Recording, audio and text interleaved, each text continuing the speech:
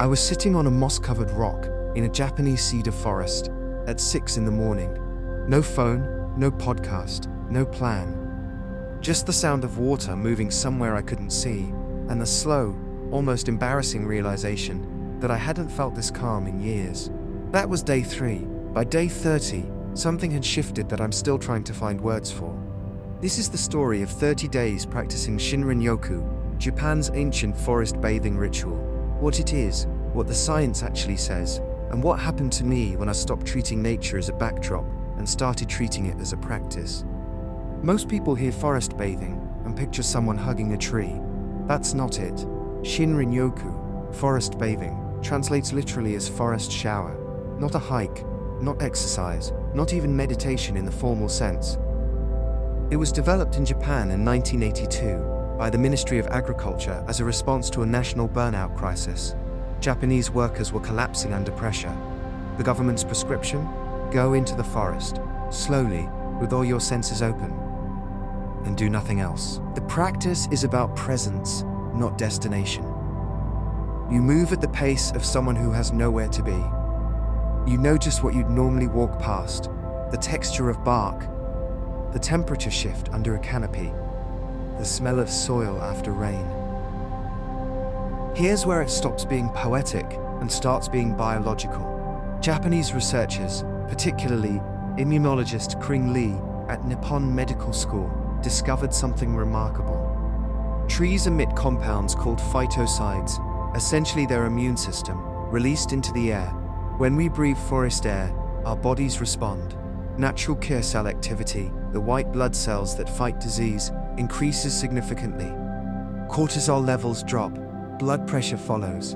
In one study, a single 2-hour forest walk produced measurable stress reduction that lasted 7 days. 7 days, from 2 hours in trees. I needed to know what 30 days would do. I didn't disappear into the wilderness.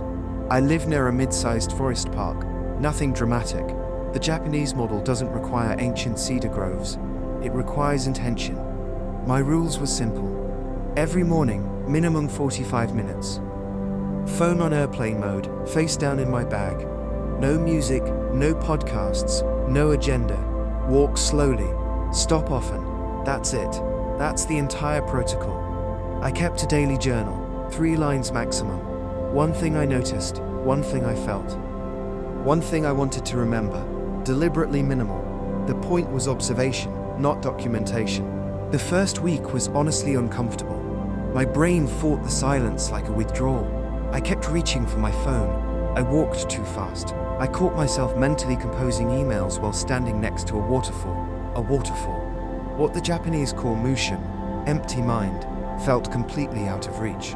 But around day 8, something small happened. I stopped at a particular tree, an old oak with roots like grasping hands, and I just stayed for maybe 12 minutes. Not thinking about staying, just not leaving. That was the first crack in the noise. By week 3, my body had learned the rhythm before my mind did. I was waking up before my alarm, not anxiously, but with a quiet pull toward the forest that felt almost animal. The changes weren't dramatic, they were textural. Food tasted more distinct, conversations felt less urgent.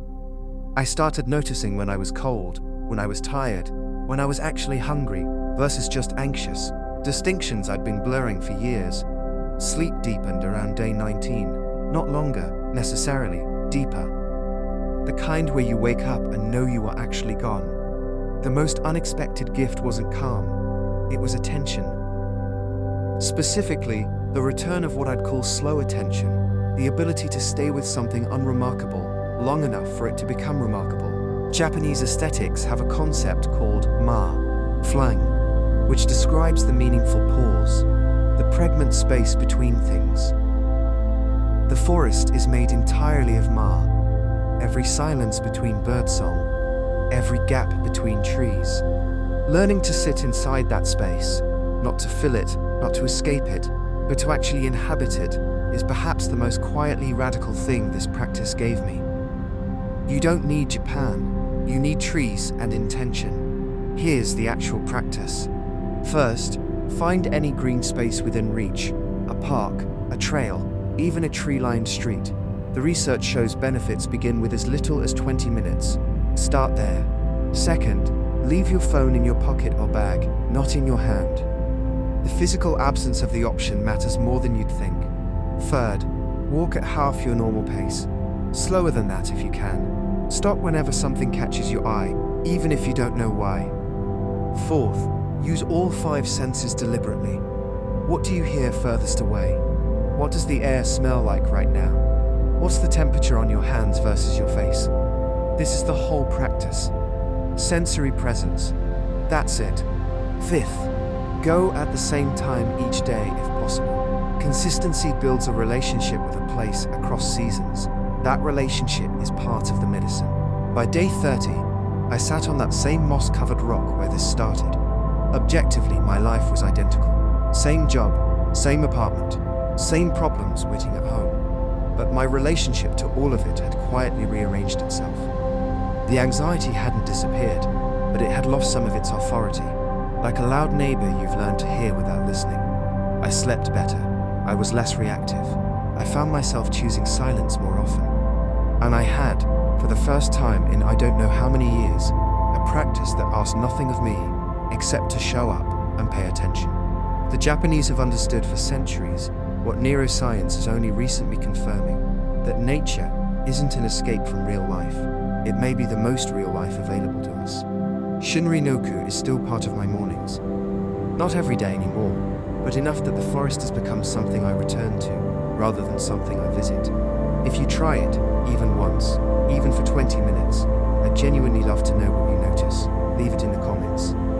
Not what you thought, what you noticed. There's a difference. If this video found you at a moment when you needed it, share it with someone else who might. And if you want more Japanese lifestyle and slow living content, I'm here every week. Take care of yourself, slowly, like the forest taught me.